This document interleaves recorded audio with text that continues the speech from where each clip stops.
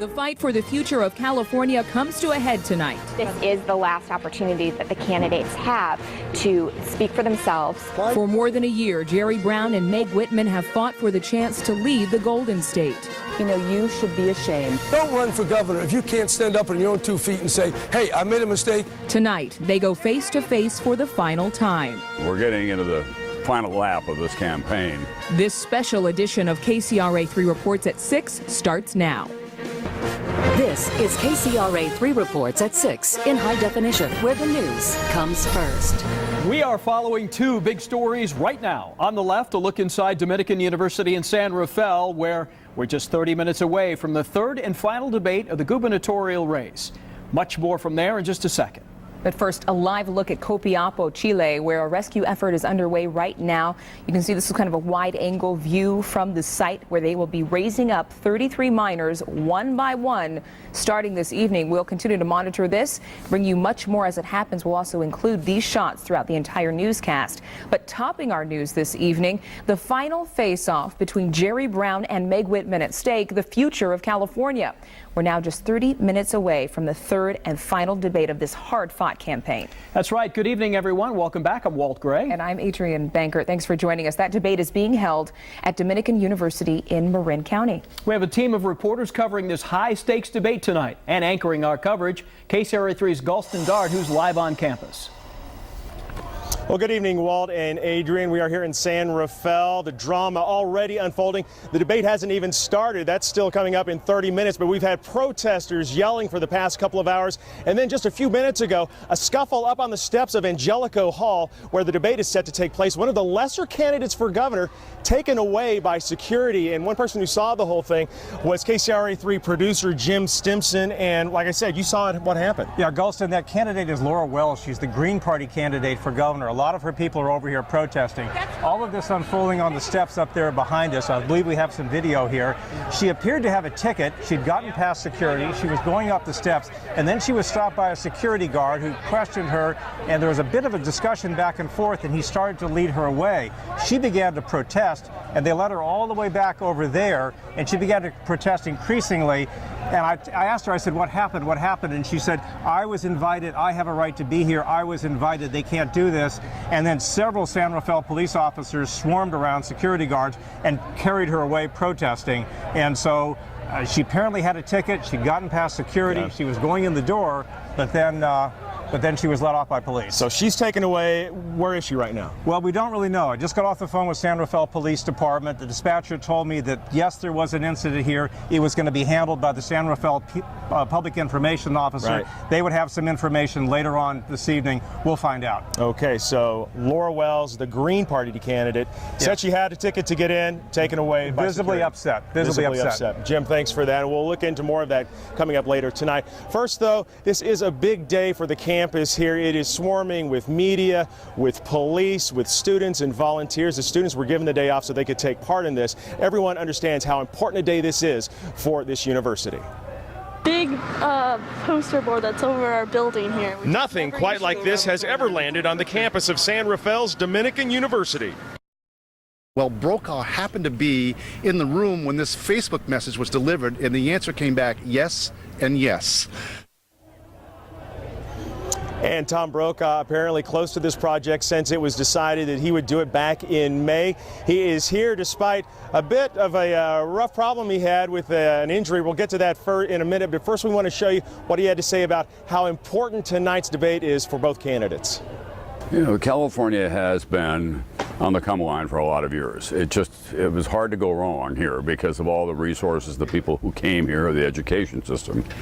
They're now all in a stressful condition. The economy is in tough shape with unemployment that's probably higher than 12% when you get down to it. The education system has been rocked by budget cuts. There are real questions about the political structure of the state. Do we allow too many important issues to be decided by proposition, and therefore the special interests get organized and they have their way with it.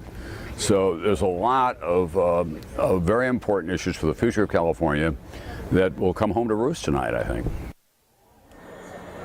So there he is, former NBC Nightly News anchor Tom Brokaw, moderator of tonight's debate, hopefully pinning the candidates down on the issues and apparently taking one for the team. You can see the state he's in right now. He had an injury to his ankle, a severe sprain, we are told, so he is getting around on crutches, but still, nonetheless, he will be here ready to fire some important questions at Jerry Brown and Meg Whitman tonight. And as for both the candidates, they both have a lot of different goals, and with that comes some different risks. You have the politically savvy insider against the super CEO. Continuing our coverage right now with this is our own KCRA3 political reporter, Kevin Riggs. Yeah, Gulson, we certainly have a highly charged crowd here on hand tonight. You know, with an evenly divided electorate like this, the conventional thinking is that both candidates have to play it safe in this debate tonight here in San Rafael. But that ignores the reality of the tensions and the questions of character that have dominated the past 2 weeks. I'm getting them to put the ballots. Tonight's matchup in this debate hall comes at a crucial point with absentee ballots already being filled out by voters statewide. So how critical is it? It could be very critical. And all you need tonight is that one faux pas. And we know both are capable. And Brown in particular, as we saw in that first debate at UC Davis, is an unpredictable player in these events. But again, this debate here tonight in San Rafael at Dominican University, an important final chance for both candidates to seal the deal with those undecided voters. Live in San Rafael, Kevin Riggs, KCRA3 reports. So, Kevin, looking at tonight and what the candidates have to do and what they need to stay away from doing, I was reading, there was an article in the San Francisco Chronicle by Willie Brown, and he talks about how he had warned Jerry Brown to make sure and keep his mouth shut, to watch what he says.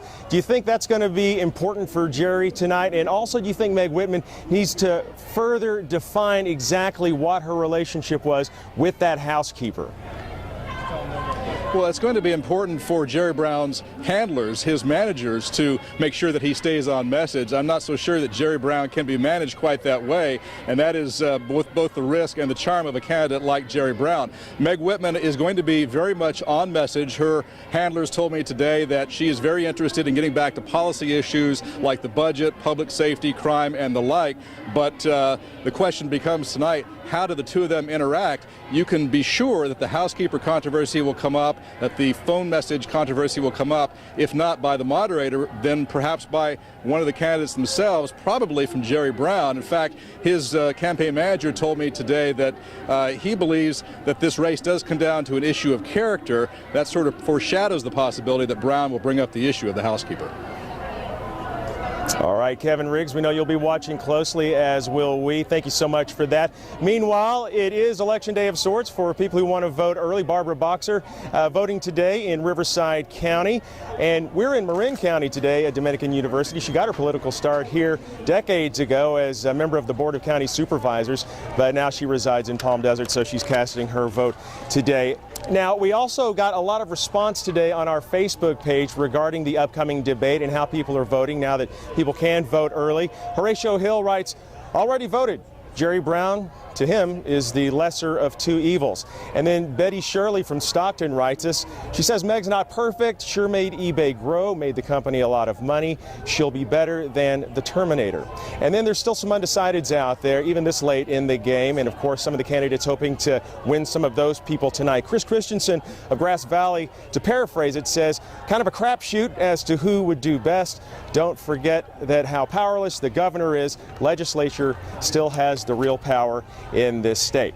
Well, with that said, keeping the candidates honest during a debate like this can be tricky, but not to worry. We have assembled the truth team to check every little fact that comes out and every little comment that comes out of the candidates. For more on that, let's go live to KCRA3's David Bienick. Yes, Galston, good evening. This is something we did during the first gubernatorial debate. We got a lot of positive feedback, so we decided to do it again. I'm surrounded by some college students from UC Davis, McGeorge Law School, plus some of our interns here at KCRA3. What we're going to be doing is using these laptop computers and the internet to check what the candidates say tonight. And then you'll be able to follow in real time the facts that we're able to verify on our website, KCRA3, or by following me on Twitter at @dbienick.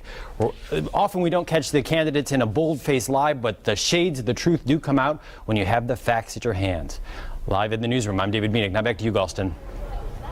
All right, that's why we want to check with you later. David, thanks so much for that part of our coverage tonight. I want to give you a live look inside Angelico Hall right now. It seats 860 people, but I talked to some of the people who helped put this all together. They said they took some of the seats out to accommodate some of the technical equipment, but about 800 people inside for tonight's debate, which starts at 6:30. I want you to keep it right here on KCRA 3 for that hour-long debate. Then right after that, 7:30, we will have our post-debate show. We will break down the candidates, break down their quotes, and take a look at it from the side of experts. So make sure to join us for that right here at 7:30.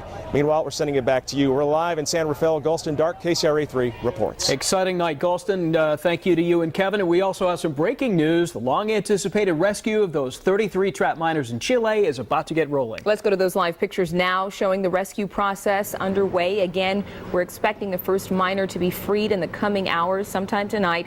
That's after spending more than 2 months underground. Carrie Sanders has an update on the progress. Chilean government officials here say the escape capsule, named Phoenix 1, is operating as intended. All of the rescues will take 48 hours. Carrie Sanders, NBC News in Copiapó, Chile. Live picture right now. They have just lowered the first of the capsule down there to try to get the first Chilean miner out of there. They've been down there for 69 days, and we're expecting, as Carrie Sanders just mentioned, about 1 rescue per hour. But the capsule has now been lowered into that mine shaft, which is a half a mile down in the rock. So hopefully within the next hour or 2, we'll see the first rescued miner come to the surface. We'll continue to keep these live pictures up throughout our newscast this evening. More from Chile and more for the final face-off between Meg Whitman and Jerry Brown after this. Welcome back, everyone. We are back live in Chile. You can see the assembled masses there, family and friends waiting to see what happens as the rescue is underway tonight. The capsule has been sent down into that mine shaft, which is a half a mile down into the rock. These family members have been waiting for over 2 months to see what happens here. The miners have been kept alive. There's been drilling down there for them to get food, water, supplies and air, and the rescue effort is underway, and we're going to continue to follow the story for you. It is a developing story. We're going to cover it for you all night long. Make sure tonight you tune into the night team at 11 o'clock. We should have people up on the surface by then. It's going to be amazing just to see the faces of these men as they come up on the surface, to see the faces of their family members waiting for them. We're all looking forward to it. Closer to home, the mother lode is pockmarked with mines, not many of them active, but as KCRA 3 photojournalist Will Hereford shows us, the miners who are working below the surface have the Chilean miners in their thoughts.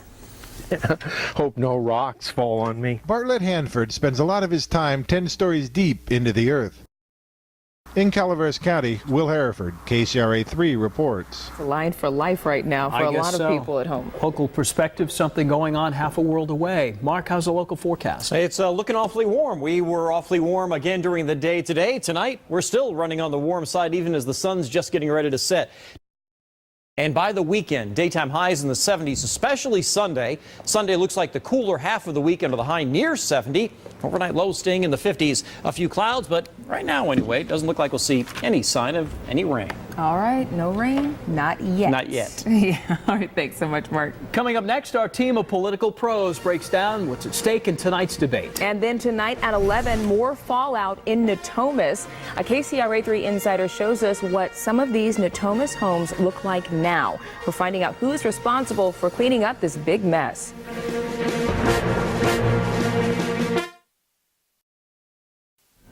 While we continue to monitor the rescue situation in Chile, we give you another look inside the debate hall at Dominican University. We're about 10 minutes away from the third and final debate if this hard-fought gubernatorial campaign. Joining us now is our political team, Republican Kevin Eckery, Democrat Jason Kinney. Good evening. Gentlemen, thank you for joining us tonight. Both candidates have an opportunity. For Whitman, it's turning around the negative momentum that started the day after the last debate became public, that she'd employed an illegal immigrant as her housekeeper. So What does she need to do? This is the big story. How can she gain momentum again? Let's start with Mr. Eckery, the Republican. Well, I mean, I think it's clear that we just need to get back to the economic discussion. I mean, the issue is jobs. I mean, the issue isn't Nikki Diaz's job. The issue is jobs for millions of unemployed Californians. And I think that that's really what the campaign's going to hinge on. The other thing, of course, is this will be Jerry's first appearance in about a week. He sort of went to ground right after his little faux pas. So it'll be interesting to see how he handles that tonight, whether he comes out and apologizes or whether he somehow tries to tough through it and say it's somehow Meg's fault he said it. To you, Mr. Kinney, talk about this. Do we really care? Do people at home really care about the housekeeper scandal, the W word, as we'll call it on air tonight? Or are they moving beyond that and really just voting along their party lines, or if they're independents, looking at the true issues, as Mr. Eckery is mentioning, jobs and the budget? Yeah, I mean, I think one of them matters. I mean, comparing the situation with the housekeeper with the situation with Jerry Brown is a little bit like comparing a hit-and-run accident in Meg's case to a cutting off someone in traffic. I mean, one is involving potential illegal activity and a series of hypocritical acts relating to one of the key issues of the campaign. The other one is an unfortunate comment made by a staffer.